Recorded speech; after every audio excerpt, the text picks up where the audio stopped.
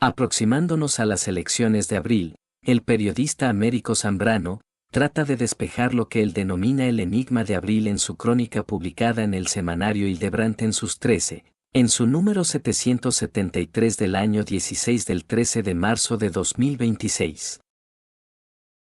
El enigma de abril. Los analistas coinciden en que lo más probable es que a segunda vuelta pasen un representante de la derecha y otro de la izquierda. Se descarta la disputa por la presidencia de dos candidaturas conservadoras y es aún menos viable que esa lucha la protagonicen dos voceros de la izquierda. Una sorpresa puede estar a la vuelta de la esquina. Por Américo Zambrano. La elección presidencial entra en su tramo final sin un favorito claro. A 4 semanas de la votación, las encuestas muestran una carrera fragmentada. Dos candidatos disputan la punta, varios pelotones se agrupan detrás y una bolsa enorme de electores todavía no decide su voto. Bajo las condiciones actuales no hay un candidato asegurado en segunda vuelta, señala a este semanario el politólogo Fernando Tincopa. Ninguna persona que se precie de ser lo suficientemente metodológica o razonable en este tipo de cosas podría predecir hoy en día quién tiene garantizado su pase a la segunda vuelta, agrega. Las últimas encuestas de Datum e Ipsos sitúan a Rafael López Aliaga y Keiko Fujimori, ambos de la derecha, prácticamente en un empate técnico, con alrededor del 11% y 10% de intención de voto. Sin embargo, las tendencias dentro de ese empate no son idénticas. La medición más reciente de Datum muestra que el exalcalde de Lima ha perdido parte del impulso que exhibía semanas atrás, cae más de 3 puntos, mientras que la lideresa de Fuerza Popular registra un leve crecimiento.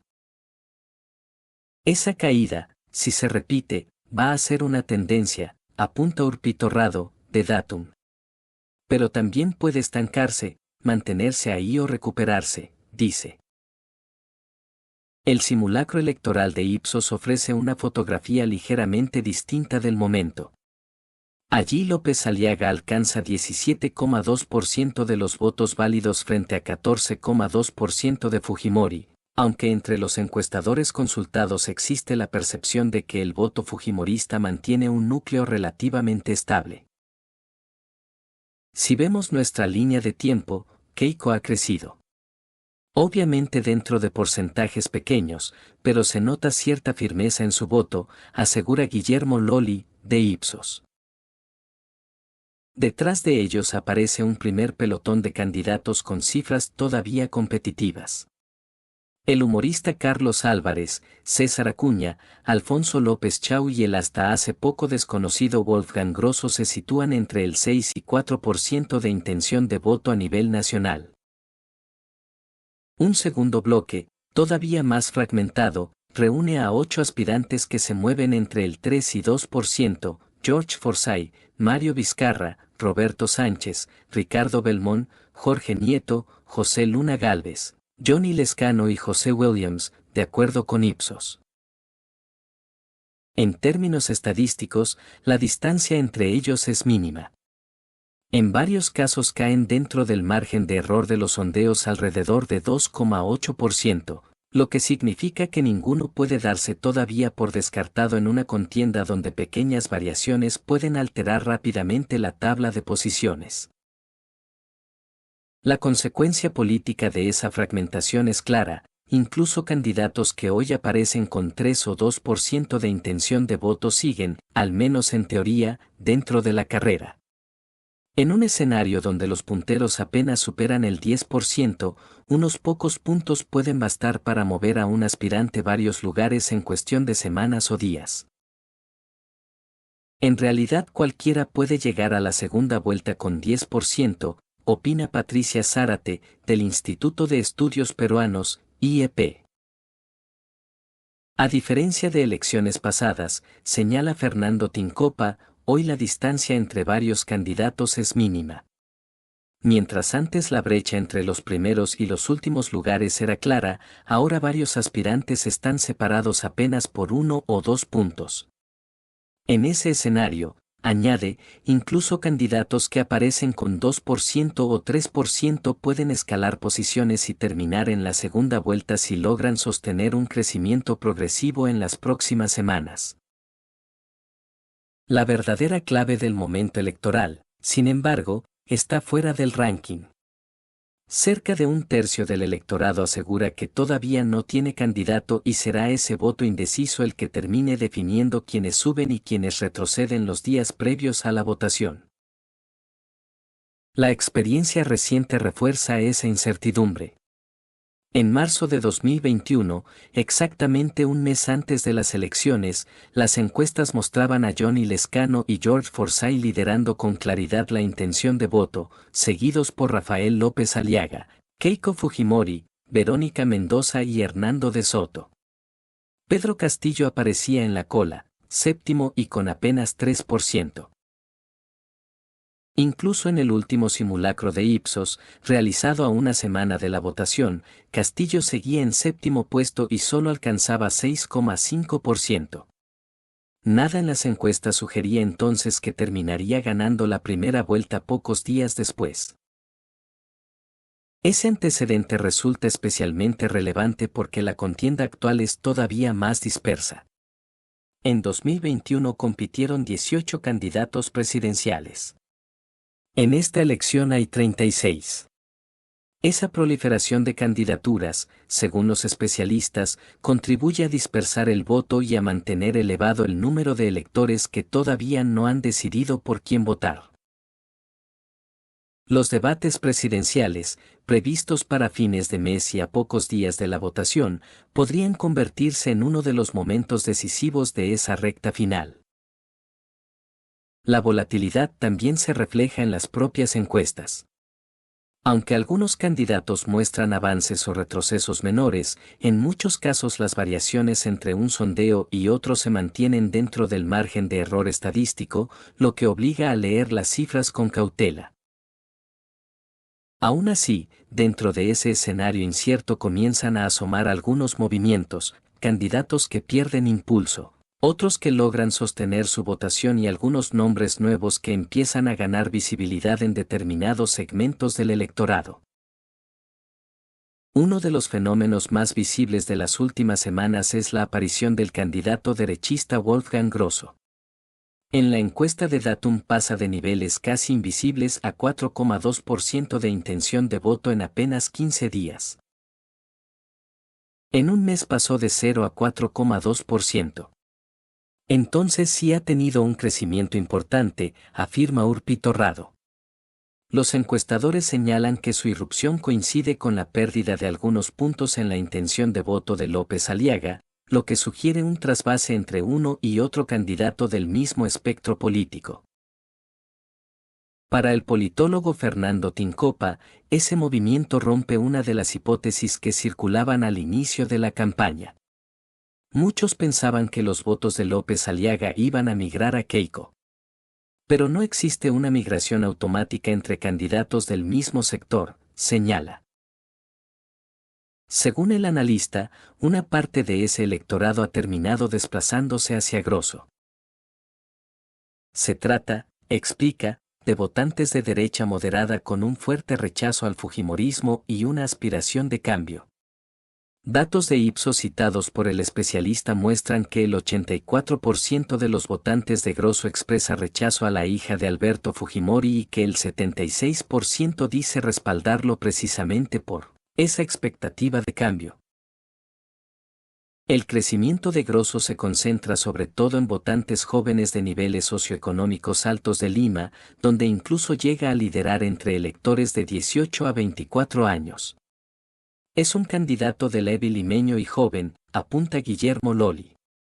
Fuera de la capital su presencia sigue siendo muy limitada, casi fantasmal, lo que plantea la incógnita de si podrá sostener ese avance en el interior del país.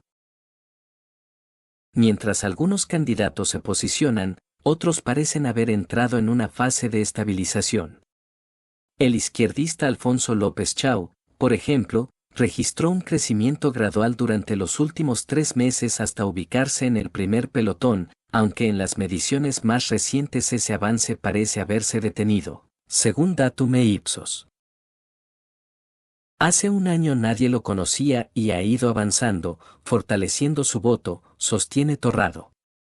Eso, digamos, lo pone en una posición que de alguna manera es expectante porque pareciera que viene consolidándose, aunque tampoco ha logrado crecer más desde ahí, indica. Las cifras, además, muestran un rasgo distintivo de su candidatura: su mayor respaldo no está en Lima sino en el interior. Los porcentajes más altos de intención de voto de López Chao aparecen en el centro, 6,7%, y el sur, 7,3%, dos regiones que en 2021 votaron mayoritariamente por Pedro Castillo. Para Patricia Zárate, del IEP, esa presencia territorial podría convertirse en un activo si la campaña entra en una fase de mayor polarización. López Chao podría empatar con Keiko quizá, señala. Algo similar ocurre con el comediante Carlos Álvarez, que mantiene niveles de apoyo relativamente constantes, y con César Acuña, que debe su repunte al respaldo relativamente alto en el norte, 8,4%, y el oriente, 10,5%, regiones donde su partido ha construido en los últimos años una red política basada en liderazgos locales y estructuras clientelares. A diferencia de Mario Vizcarra, que ha descendido notoriamente, esa desinflada no se ve en Álvarez, no se ve en Acuña. Acuña sigue ahí, precisa Loli. Para Fernando Tincopa, la relevancia actual de Acuña responde más al contexto electoral que a la magnitud real de su respaldo. En cualquier otro escenario, con menos candidatos en competencia, un 4% a nivel nacional sería muy bajo, explica. Pero la sobreoferta de postulantes y la atomización del voto hacen que ese porcentaje hoy aparezca como competitivo, añade. El caso de Roberto Sánchez, figura de la izquierda castillista, también ilustra esos movimientos menores dentro del tablero. En encuestas anteriores su intención de voto pasó de cifras marginales a alrededor del 2%. Un salto pequeño pero significativo en un escenario donde las diferencias entre varios candidatos son de apenas 1 o 2 puntos. Desde entonces su votación parece haberse estabilizado. En el Instituto de Estudios Peruanos señalan que ese crecimiento reciente recuerda el arranque de otras candidaturas en elecciones pasadas.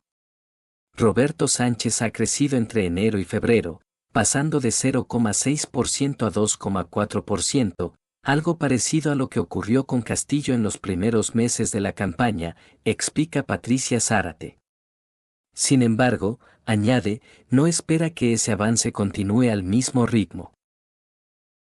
El centroizquierdista Jorge Nieto Montesinos, hasta hace poco ignorado por las encuestas, también ha emergido todavía con cifras bajas, pero dentro del grupo de candidatos que ronda el 2% de intención de voto. En una elección con diferencias tan estrechas, unos cuantos puntos pueden convertirse en el punto de partida de crecimientos rápidos en el tramo final de la campaña, según los expertos. En paralelo, la candidata de Fuerza Popular mantiene un apoyo distribuido en Lima y el interior. En el estudio de Datum, por ejemplo, su respaldo urbano, 10,8%, y rural, 10,3%, es prácticamente idéntico. Las encuestadoras señalan que la principal diferencia con López Aliaga está en la composición de su electorado. Mientras el exburgomaestre de Lima concentra una parte importante de su respaldo en votantes masculinos de la capital, Fujimori mantiene un apoyo más equilibrado entre regiones, niveles socioeconómicos y género. Esta distribución más amplia, sostienen los analistas, hace que su candidatura resulte menos vulnerable a fluctuaciones bruscas en las encuestas. En un escenario con tanta fragmentación y con un volumen inusual de indecisos, los analistas consideran poco probable que dos candidatos del mismo espacio político logren pasar juntos a la segunda vuelta. Más bien, sostienen, la competencia podrá terminar enfrentando a un candidato del bloque conservador con otro capaz de capitalizar el voto más antisistema o de izquierda. En el caso de la izquierda, sostiene Tincopa, ese escenario resulta aún más difícil. A su juicio, el electorado izquierdista, que históricamente bordea el 30%, se encuentra hoy dividido entre varias corrientes y candidaturas que compiten por el mismo bolsón de votos. El voto de izquierda se ha fragmentado entre la izquierda castillista, la izquierda más radical, sectores regionales y una centroizquierda más urbana. Ese bolsón se ha repartido entre varias candidaturas pequeñas y eso hace más difícil que dos aspirantes de ese espacio logren concentrar suficiente respaldo, explica. En cambio, añade, las candidaturas de derecha podrían terminar concentrando su votación en uno o dos postulantes más visibles a medida que se acerque la elección. Muchos electores conservadores, sostiene, suelen inclinarse finalmente por el candidato de su sector que aparece mejor ubicado en las encuestas. En ese contexto, finaliza Tincopa, es probable que un candidato de izquierda logre concentrar parte de ese electorado y dispute la segunda vuelta. Pero que dos aspirantes de izquierda lleguen juntos a esa instancia resulta casi imposible.